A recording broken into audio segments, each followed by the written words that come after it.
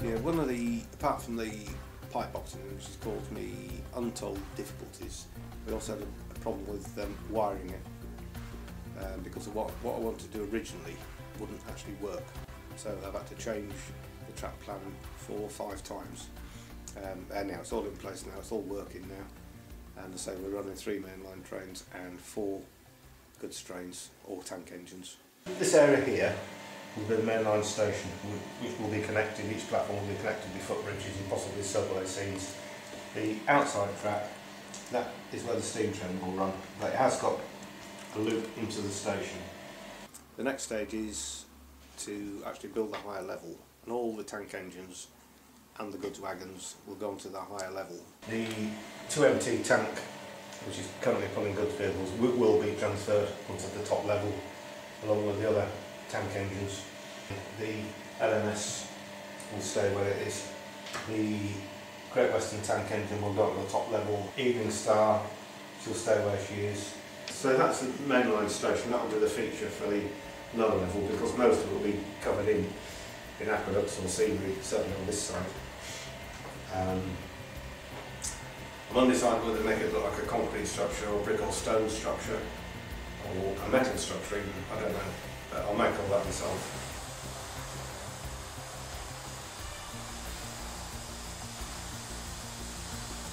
Around the existing base, I should put grey painted MDF, approximately 16 inches high, which will basically protect the tiles, and the higher level will be supported partially on that. Above there we'll go 2 feet with a scenic paper or town scene or whatever, depending. And above there probably got about another 12 inches to the line of the tiles, right? And then we'll put a ceiling in, because this light's coming out.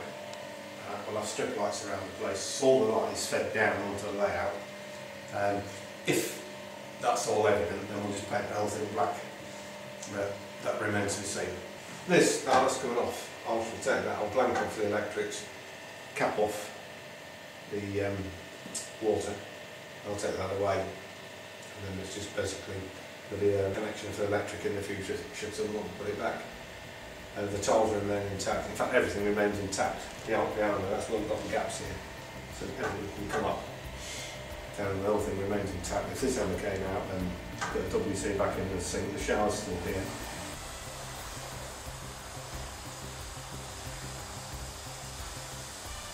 The current full height door will come off, right, and I'll actually make a half door, right, with a shelf. Okay, so people can lean on the shelf and look. This will be covered in MDF to the height of about 4 inches, and then a perspex screen, because the live steam will be run on this track. When the live steam's running, we've got to disconnect the 12-volt supply completely, otherwise it will just burn out all the electric engines. And that's its separate coupling point there. So that will be disconnected totally, so there'll be anything coming across to any other tracks. Then we'll have a guard room, and we'll actually carve up a sign for the main door into the room, and the Rowanbank company.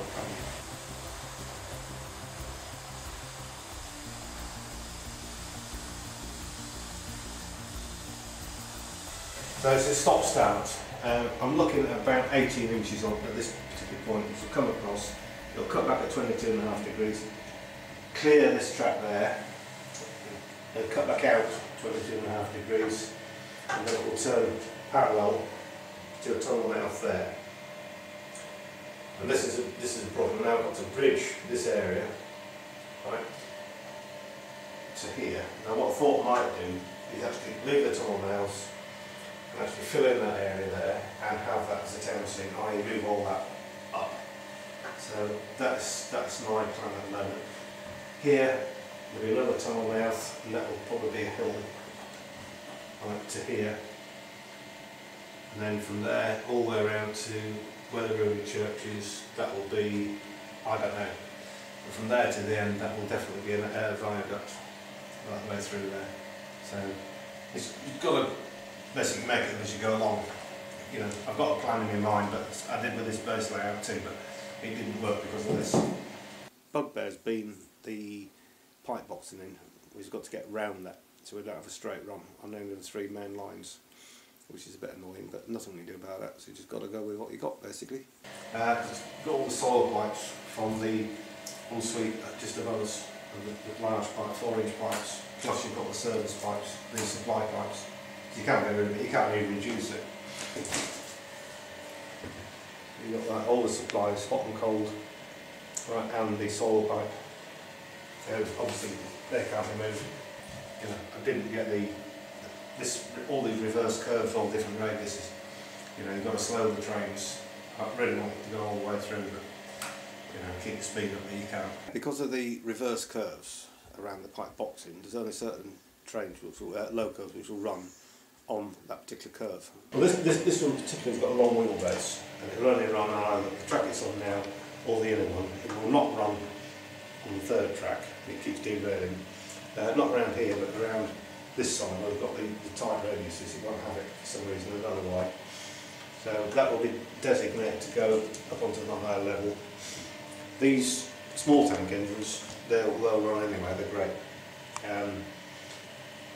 Maybe keep this one down, this Great Western down, probably in coaches as it does now. Maybe put, as I thought before, maybe put a DM unit or two on the high level, purely push and pull. Given the space, I think we've done pretty well with what we've got here. And it's going to take probably 10 years to complete, so obviously anybody comes along, has a look, always open to suggestions.